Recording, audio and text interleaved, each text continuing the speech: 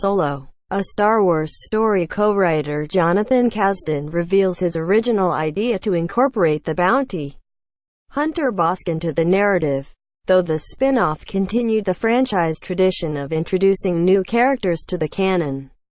It of course featured plenty of familiar faces. Outside of the obvious, Solo also included a surprise cameo for the one and only Darth Maul and made some clear allusions to Jabba the Hutt via dialogue.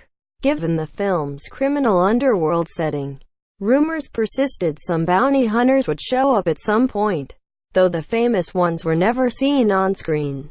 Still, there were references early on in Solo as Beckett organizes the Convex heist. Val questions why they're bringing Han and Chewbacca along for the ride when they could call a proper mercenary like Bossk. That's a nod to The Empire Strikes Back, where the Trandoshan was one of many bounty hunters Darth Vader hired to find the Millennium Falcon.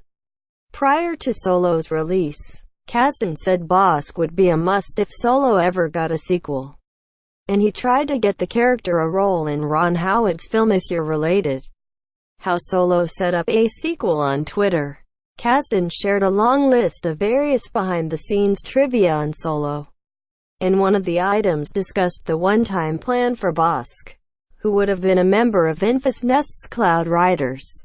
In many drafts of the script, Enfys number 2 was the mercenary Bossk who abandoned her at the end of the movie, as he is truly a soldier of the future. This was another thing I fought long and hard to keep but was ultimately overruled. It's worth mentioning Bossk isn't averse to aiding the rebels. He once joined forces with Ezra Bridger to take down a corrupt Imperial officer. Still, this would have been a strange retcon considering the nature of the Cloud Riders. At the end of the film, they're revealed to be a proto-rebellion cell, fighting hard to stop the spread of tyranny across the galaxy. Solo's novelization even includes a scene where Enfys conducts business with Saw Gerrera and a young Jyn Erso, illustrating her commitment to the cause. Bossk was always one who liked to play both sides. Despite his brief partnership with Ezra, Bossk would accept work from the Empire as well.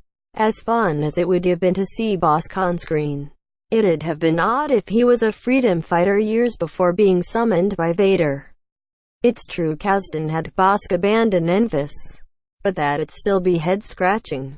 That Kasdan was overruled is likely for the best as it stands.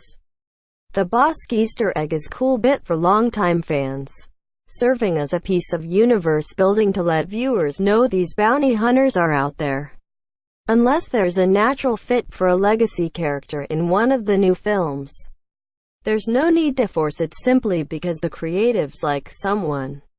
Some of the previous Disney-era Star Wars films have been guilty of this kind of empty fan service. R2-D2 and C-3PO's cameo in Rogue One, for instance. So it's nice to see Lucasfilm nix this. Maybe one day Bossk will return. Source: Jonathan Kasdan. Tags: Star Wars, Han Solo.